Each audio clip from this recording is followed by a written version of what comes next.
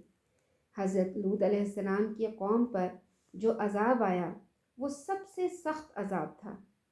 اللہ تعالیٰ نے وہ ساری قوم ہی مٹا دی تھی، کوئی باقی نہیں رہا تھا۔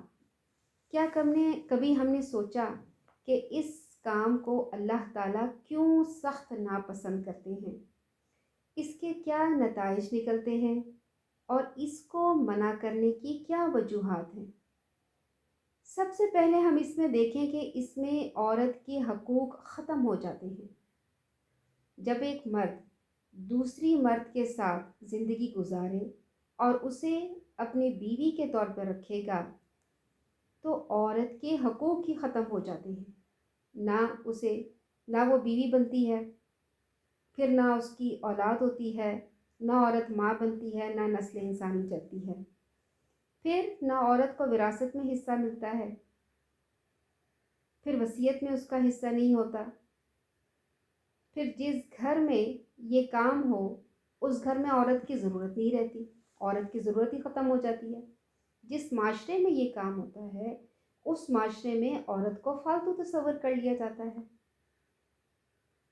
اس کو منع کرنے یعنی بدفعلی کو، ہم جنس پرستی کو منع کرنے سے اللہ تعالیٰ نے عورت کے حقوق کی حفاظت کی ہے۔ پھر سب سے بڑا اس کا نقصان یہ ہے کہ اس کے نتیجے میں طرح طرح کی مہلک بیماریاں لگ جاتی ہیں، اور سب سے بھیانک اس کا جو نتیجہ ہے وہ یہ ہے کہ اس تعلق کے نتیجے میں کوئی اولاد نہیں ہوتی۔ جب اولاد نہیں ہوگی تو شادی کا مقصد پورا نہیں ہوگا اور نسل انسانی آگے نہیں بڑھے گی۔ جب انسان پیدا کم ہونے لگیں گے اور کم ہوتے ہوتے اگر ختم ہو جائیں تو اس کائنات کا نظام ہی ٹھپ ہو جائے گا۔ یہی وجہ ہے کہ جن ممالک میں ہم جنس پرستی کو قانونی درجہ دے دیا گیا ہے وہاں پر اولاد کے پیدا ہونے کی شرح بہت کم ہو گئی ہے۔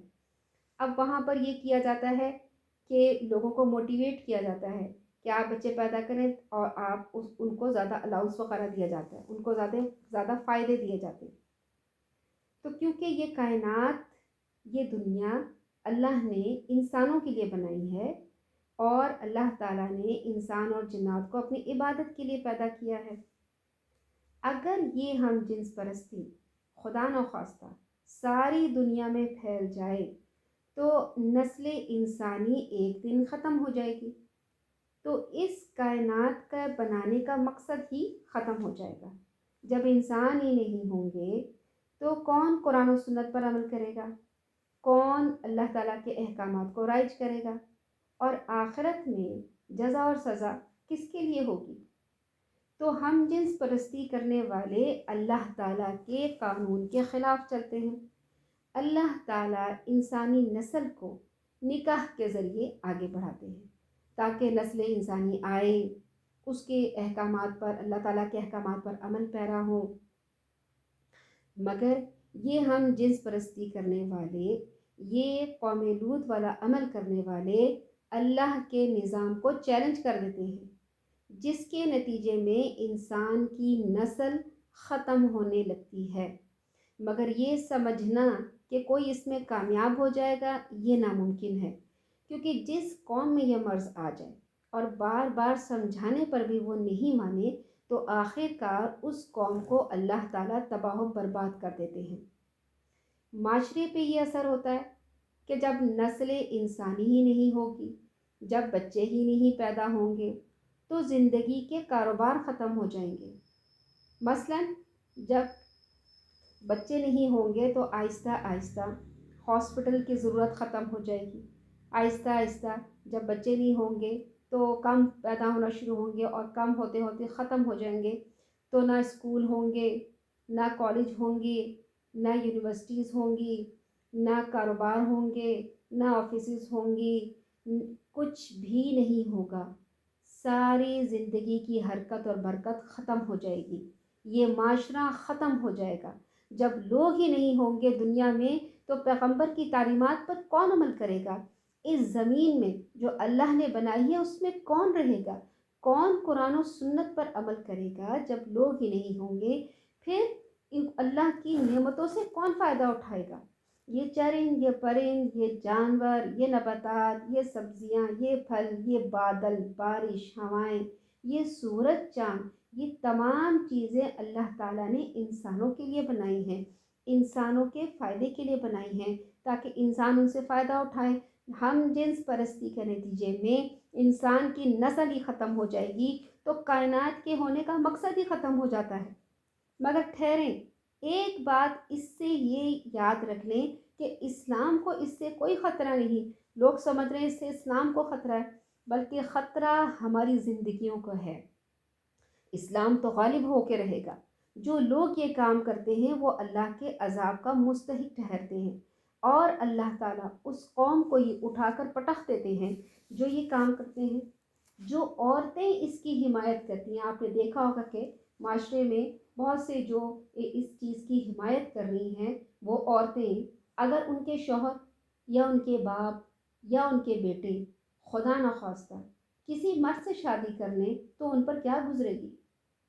پھر یہاں بات ان لوگوں کی نہیں ہے جنہیں اللہ نے پیدا ہی خواجہ سرا کیا ہے، جو پیدائشی طور پر نہ لڑکے ہیں نہ لڑکی، یہ ان کی بات نہیں ہے، بلکہ ان کی بات کی جا رہی ہے جو مرد ہوتے ہوئے اپنے آپ کو بغیر کسی مجبوری کے صرف اپنی خواہش کی بنا پر اپنے آپ کو عورت سمجھنا شروع کر دے، یا کوئی عورت جو پیدائشی طور پر عورت ہو اپنی خواہش سے مرد بننے کی کوشش کرے، یعنی دھوکہ دے، اپنی پیدائشی جنس چھپا لے یا کچھ اور بن جائے۔ شریعت میں اپنے آپ کو تبدیل کرنے سے سختی کے ساتھ منع کیا گیا ہے، اور واضح کر دیا گیا ہے کہ جو مرد اپنے آپ کو عورت بنائے یا عورت اپنے آپ کو ایسا مرد بنائے گا، شریعت میں اس کی کوئی اجازت نہیں دی، اور ایسا کرنے والوں پر لعنت کی گئی ہے اور سخت سزا دینے کا حکم دیا گیا ہے۔ اب سوشل میڈیا پر یہ بات اور اس قسم کی باتیں بہت زیادہ کھلے عام ہیں۔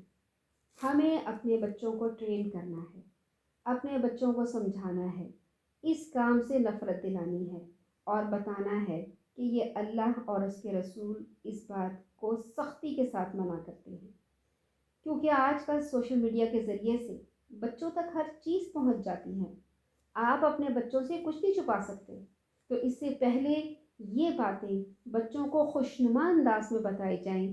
ہمیں اپنے بچوں کی تربیت کرنی چاہیے تاکہ دنیا میں جہاں بھی چلے جائیں اپنی حفاظت خود کریں اور اللہ کے غضب سے بچیں۔ اللہ تعالیٰ اس لعنت کو ہمارے معاشرے سے پاک کرے اور ہم سب کو اس سے محفوظ و مامون رکھے۔